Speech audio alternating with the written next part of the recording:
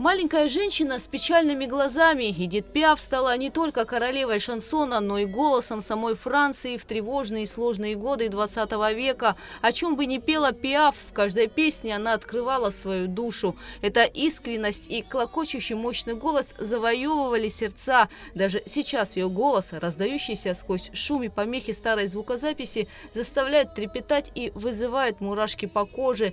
Песни Эдит Пиаф звучат сегодня на сцене Государственного русского драматического театра в Сухуме в живом исполнении актрисы с уникальными вокальными данными Лаиды Тыркба. Русдрам готовится к большой премьере.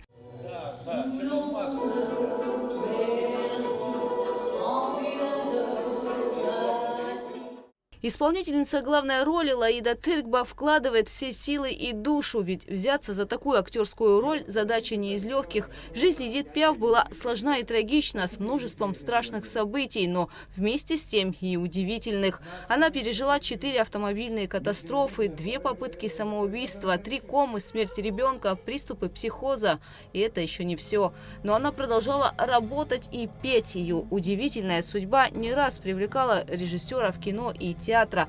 Драматург Вера Сердечная специально написала пьесу для театра имени Фазиля Искандера. Следовательно, по словам гендиректора Ираклия Хинпа, спектакль Эдит Пиаф в Русдраме станет мировой премьерой в постановке знаменитого российского режиссера, лауреата премии «Золотая маска» Александра Огарева. Эдит Пиаф уникальная личность. Она всю жизнь была верна какой-то своей внутренней правде. Эта правда, она явилась в мир с такой непохожестью на всех, и кого-то это раздражало, кого-то это покоряло, и она не обращала внимания на эти посторонние взгляды, просто пела и высказывалась всю жизнь с какой-то невероятной страстью, за которую весь мир ее и полюбил. И выяснилось, что вот у драматурга Веры Сердечной, она в Краснодаре живет, она доктор наук, кстати, филологических, и она очень известный критик. Она пишет пьесу, у нее есть некая, заявка, что ли, на такую пьесу. Мы с ней связались, и она написала эту пьесу для нас.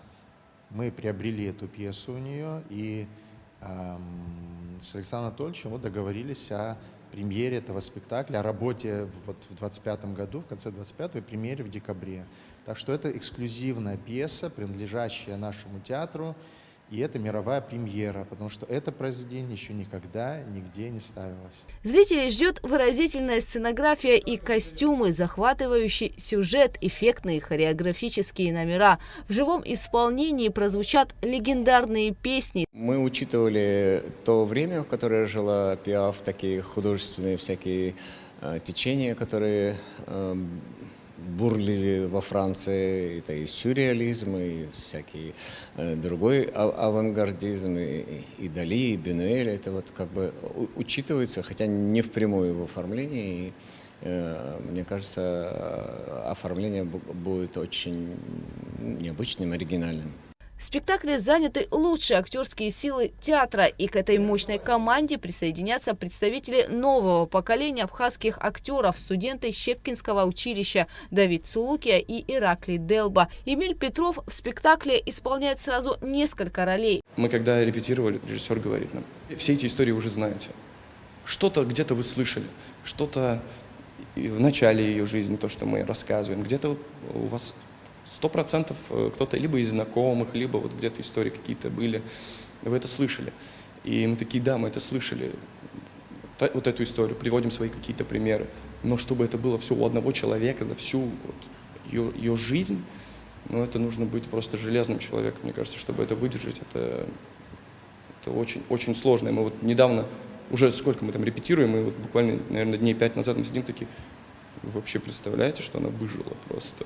Такой спектакль, в котором мы еще не работали ни разу, то есть вообще начинает форму существования на сцене. Сама методика работы режиссера, к нам разные режиссеры приезжают, и школы у нас и московские, и питерские, и у каждого режиссера вообще свое видение того театра, который он несет.